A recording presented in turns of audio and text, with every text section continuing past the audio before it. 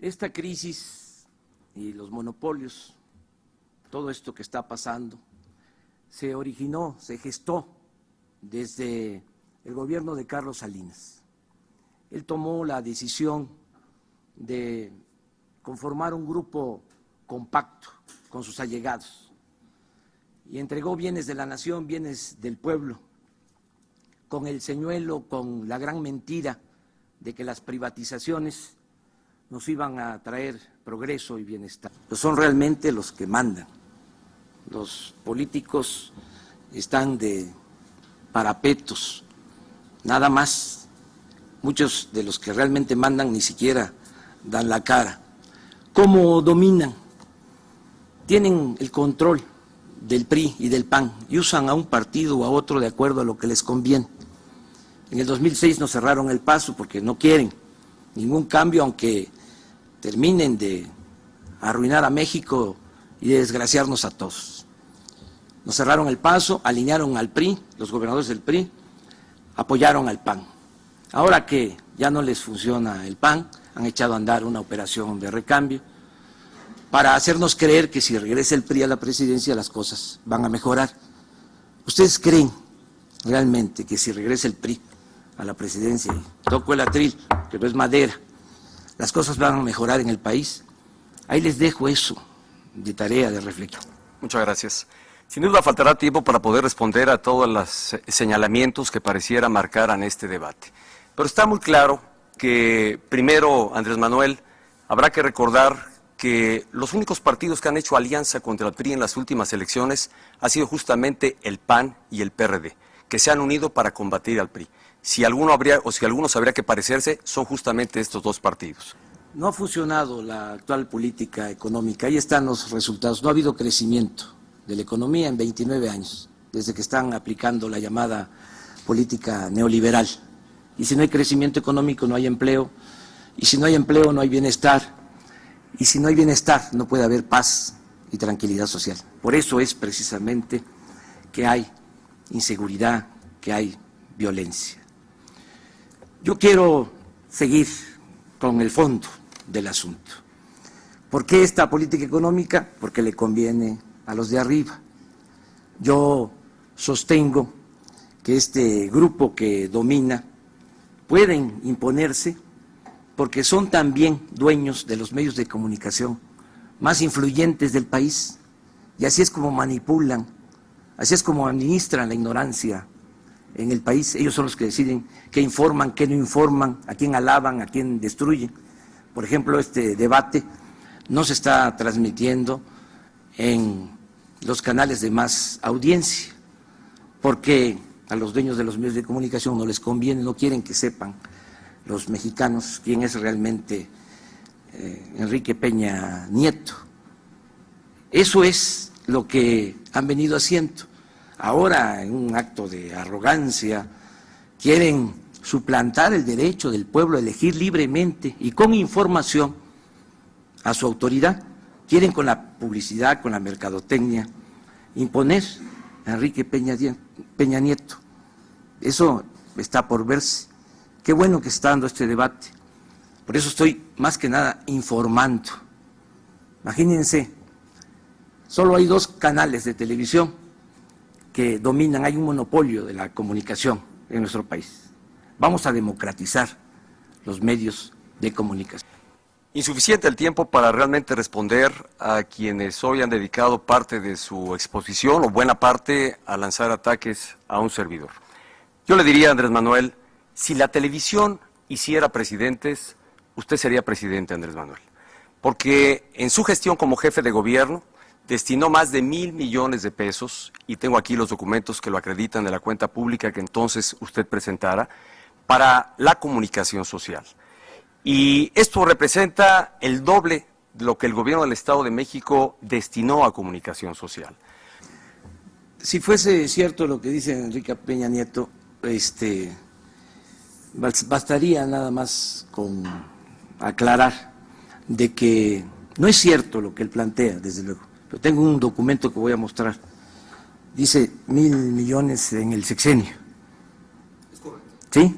Bueno, Usted nada más le entregó a Televisa en el primer año, 600 millones, si fuese cierto. Y ahorita le voy a mostrar el documento. Para los que creen que exagero cuando digo que la televisión puede imponer al próximo presidente de México, es cosa de ver la historia. Santana, por él nos quitaron más de la mitad de nuestro territorio, pero después de esa gran tragedia nacional, como era tanta la confusión que había, la desinformación, se resolvió ir a Colombia, donde estaba en el exilio, para traerlo de nuevo, para que regresara como presidente. El ideólogo de los conservadores, Lucas Alamán, le escribió a Santana diciéndole que no se preocupara, que no había problema, porque ellos controlaban a la mayoría de los periódicos de la capital y a la mayoría de los periódicos de provincia, y que así dirigían la opinión pública. Por eso no nos dejemos apantallar, nos pueden llevar al despeñadero. Aquí tengo los datos, se los voy a entregar, aquí están los papeles. Exactamente 691 millones de pesos, 691 millones de pesos, 2005-2006, se los voy a entregar. ¿Quién es realmente Enrique Peña Nieto? Esto no se sabe, porque lo protegen mucho los medios de comunicación, en particular las televisoras y en especial Televisa. Es hechura de su tío, Arturo Montiel, gobernador del Estado de México, que fue acusado de corrupción, cuya fortuna se calcula en 600 millones de pesos. Peña fue secretario de Administración en el gobierno de Montiel, y Arturo Montiel lo impulsó para que fuese el candidato al gobierno del Estado de México. Cuando acusaron a Montiel, ya estando Peña de gobernador, de corrupción, pues obviamente lo exoneró. Voy a terminar mi tiempo mostrando unas fotos, porque esto no se ve en la televisión.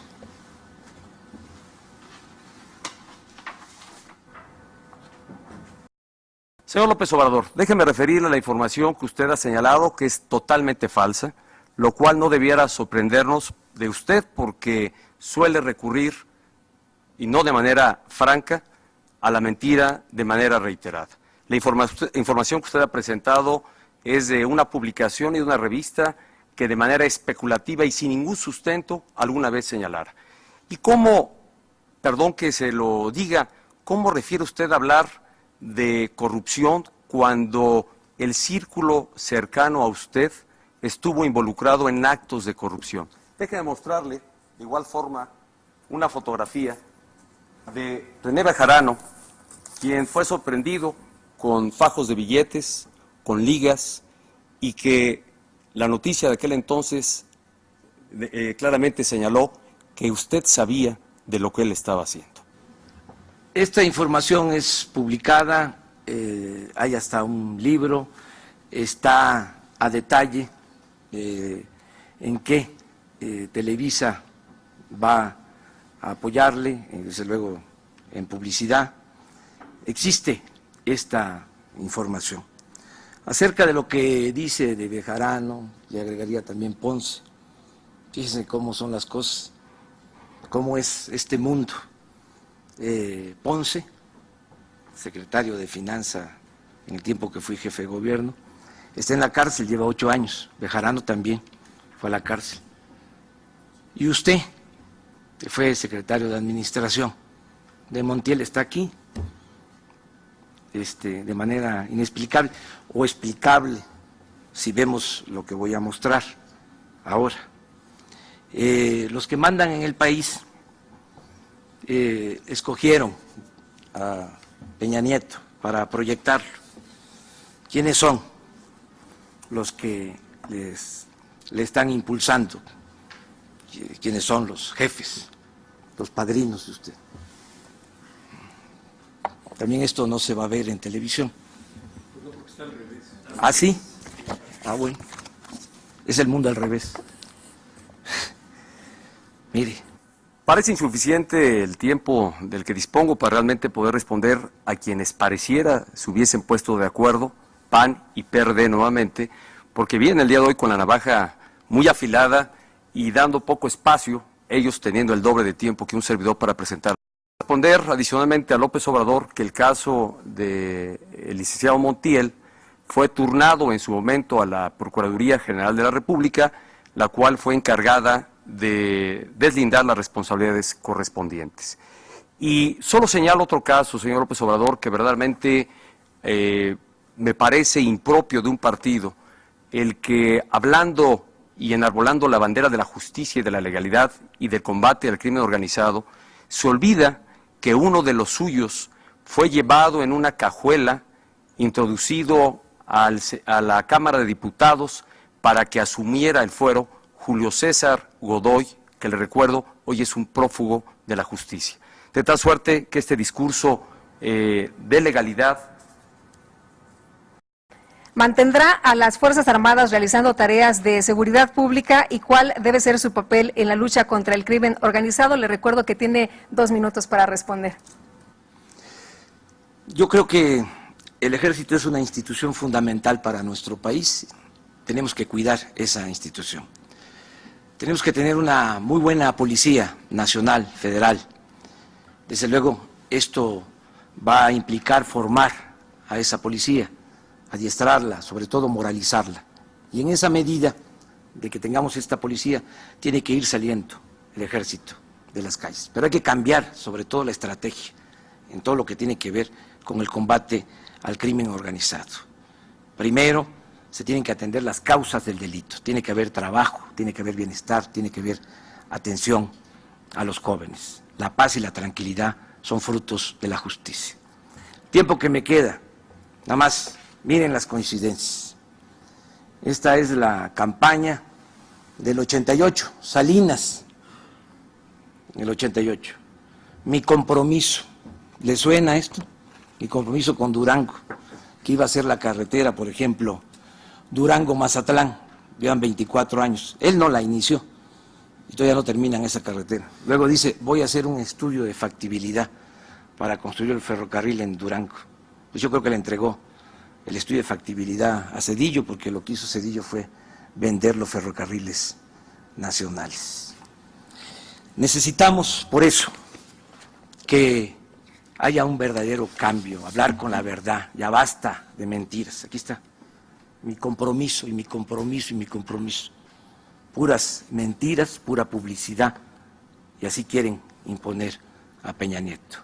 Tiene usted razón, Andrés Manuel. Soy el candidato del compromiso. Lo fui como gobernador del Estado de México. Me comprometí a cumplir compromisos en mi estado y al término de mi gestión, todos fueron cumplidos.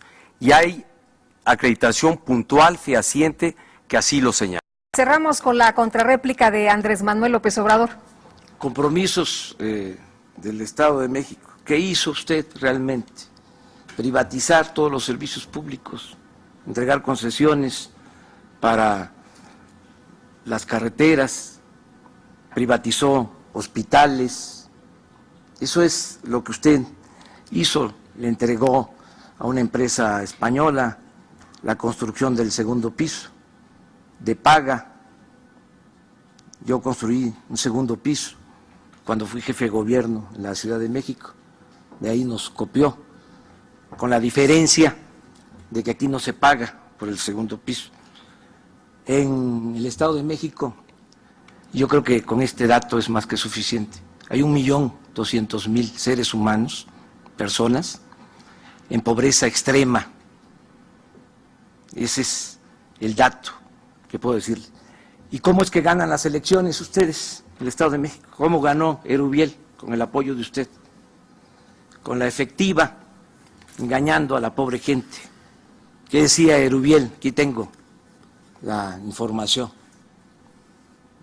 Miles, millones de estas tarjetas. Yo, Erubiel Ávila, me comprometo a implementar los siguientes programas sociales desde el primer día de gobierno. Y le pedían a la gente que escogiera 2 opciones, con la efectiva. Muchas gracias. Andrés Manuel, yo creo que se burla usted de los mexiquenses y de nuestro sistema democrático al no reconocer el sentido de preferencia que los mexiquenses decidieron en su momento. No se puede usted burlar de más de 3 millones de mexiquenses que votaron por el partido que yo represento y que al hacerlo, en alguna forma también emitieron su evaluación a la gestión de mi gobierno, que había cumplido con sus compromisos y de tal suerte que en algo que sé que a usted no le gusta, el día de la elección mi partido ganó con el 65% de la votación. Respetemos nuestra democracia. Pues ganan elecciones en el Estado de México porque utilizan dinero a raudales, tienen los medios de comunicación y trafican con la pobreza de la gente, engañan. Lo de la efectiva es una prueba contundente. ¿Para qué quieren a Peña Nieto en la presidencia los que realmente mandan en el país? La respuesta es obvia, quieren seguir haciendo jugosos negocios al amparo del poder público, quieren seguir con la política de pillaje. Además, les ayuda a Peña Nieto porque ha venido diciendo en la campaña que va a privatizar Pemex. No conoce, no ha leído el artículo 27. Pemex no es del gobierno, es de la nación, es del pueblo de México. Su asesor principal, Videgaray, que también viene del gobierno de Salinas, fue asesor de ASPE, dijo a una publicación en Estados Unidos que la primera acción de Peña va a ser la privatización de Pemex. El regreso del PRI a la presidencia sería como el retorno de Santana, acabarían con todo, se los puedo asegurar. Va a depender de nosotros, va a depender de los mexicanos. Muchas gracias. Hay que tener presente que lamentablemente en los últimos 4 años la condición de pobreza del país se ha agravado. Hoy tenemos a 12 millones más de mexicanos en condición de pobreza y la mitad de ellos no alcanzan siquiera para comer y en total suman 21 millones de mexicanos en pobreza extrema, en pobreza alimentaria. Mi propuesta es muy clara. En primer lugar, emprender una política que nos permita erradicar la pobreza alimentaria. México no puede ser un país moderno en pleno siglo XXI que no acabe con el hambre entre los mexicanos. Y este número se ha incrementado en los últimos 4 años. También he señalado que será fundamental impulsar un sistema de seguridad social universal que permita realmente beneficios de la seguridad social como es el acceso a la salud, el seguro de desempleo, el seguro de riesgos de trabajo y una pensión para el retiro para toda la población de México. Tenemos que lograr un nivel básico de desarrollo y de bienestar para todos los mexicanos. Y esa es justamente mi propuesta central para combatir la pobreza. Señor López Obrador, déjeme ser muy puntual porque usted no me ha querido escuchar. Nunca he hablado de privatizar a Pemex. He hablado de modernizar a Pemex y de lograr realmente que a través de la participación del sector privado, como ha ocurrido en otros países, como Brasil, como Colombia, podamos generar mayor riqueza en beneficio de todos los mexicanos con la participación del sector privado. No significa privatización. ¿Cómo va a combatir la pobreza? Le di un dato, 1.200.000 mexiquenses en pobreza extrema. ¿Qué hizo usted? Ahora está planteando de manera demagógica que va a dar pensión a los adultos mayores, también copiando para mentir. Ya basta de mentiras. Miren, amigas, amigos, el 1 de julio vamos a decidir si queremos más de lo mismo, más corrupción, o si enfrentamos a la corrupción. ¿Ponemos por delante la honestidad o decidimos, cuando menos en lo que toca a nuestra generación, archivar ese precepto moral? Hay que pensarlo bien. Por eso estamos informando, para que nadie diga el día de mañana que no sabía. Eso es lo que está realmente en juego. Les recuerdo que tenemos que informarle a nuestros hijos. Tenemos que rendirles cuentas el día de mañana. No van a decidir el futuro los niños, nuestros niños, no van a decidir su futuro, lo vamos a decidir nosotros y nadie más. Por eso, actuemos de manera consecuente. Yo sostengo, y esa es la esencia de mi propuesta, que si combatimos la corrupción y hay austeridad, vamos a ahorrar desde el primer año 600,000 millones de pesos. Y con ese dinero vamos a impulsar el desarrollo, vamos a crear empleos, vamos a mejorar la educación. Esa es mi propuesta de manera especial. ¿Qué es austeridad? Es terminar con los privilegios de la alta burocracia. El 3% de los que trabajan en el gobierno, los de mero arriba, te dan la gran vida. Los altos funcionarios del gobierno ganan el doble de lo que ganan los altos funcionarios del gobierno de Brasil.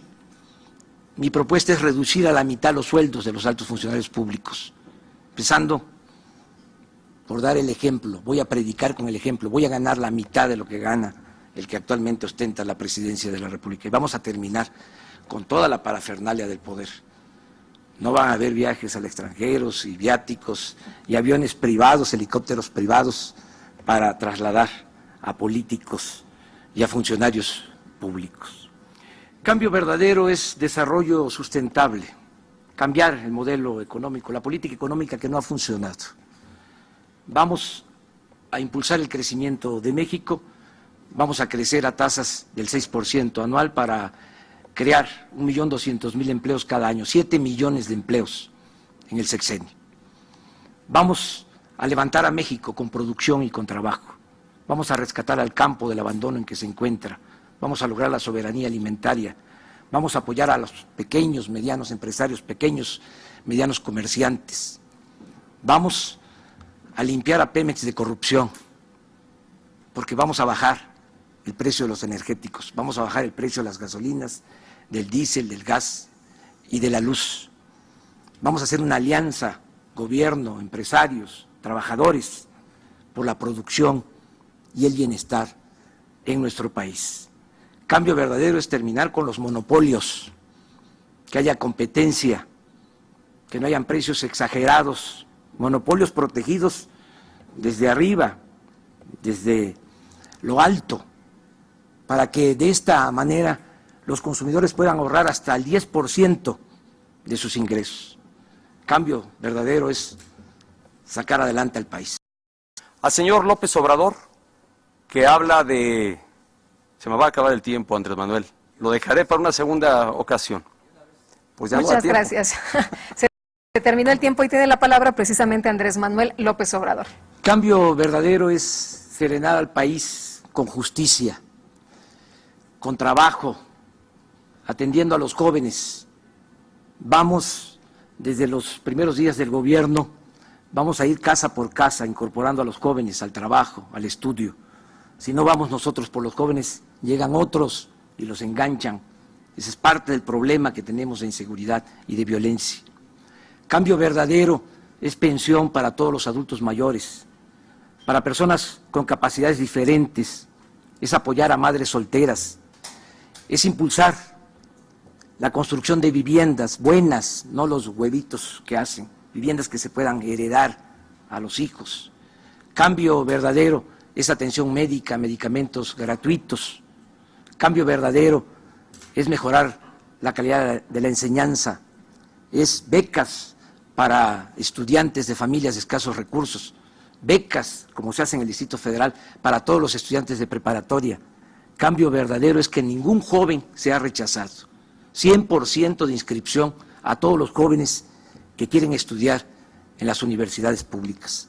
Cambio verdadero es combatir la pobreza, la desigualdad, para frenar la frustración y que no haya estos estallidos de odio y de violencia. Amigos, conozco todos los municipios de México y he recogido los sentimientos de la gente. Tengo experiencia, sé lo que se necesita llevar a cabo para lograr el renacimiento de nuestro país. Vamos a transformar a México. Les invito a eso. Vamos a utilizar al sector energético como palanca del desarrollo. Quiero decirles que sé cómo vamos a bajar el precio de los combustibles. Es sencillo, vamos a terminar con la corrupción en Pemex y en la Comisión Federal de Electricidad. Los subsidios se quedan siempre en unas cuantas manos. Esto se va a terminar. Me comprometo a que cada 2 años me voy a someter a una consulta para que los ciudadanos decidan si quieren que yo siga o no como presidente de la República. Me estoy rodeando de lo mejor que hay en México, mujeres y hombres. Juan Ramón de la Fuente va a ser secretario de Educación. Vamos a que Marcelo Ebrard sea secretario de Gobernación, el ingeniero Cárdenas lo he invitado para que sea director de Pemex. Ofrezco mi honestidad, ofrezco mis sentimientos, ofrezco mi corazón. El cambio verdadero está en tus manos.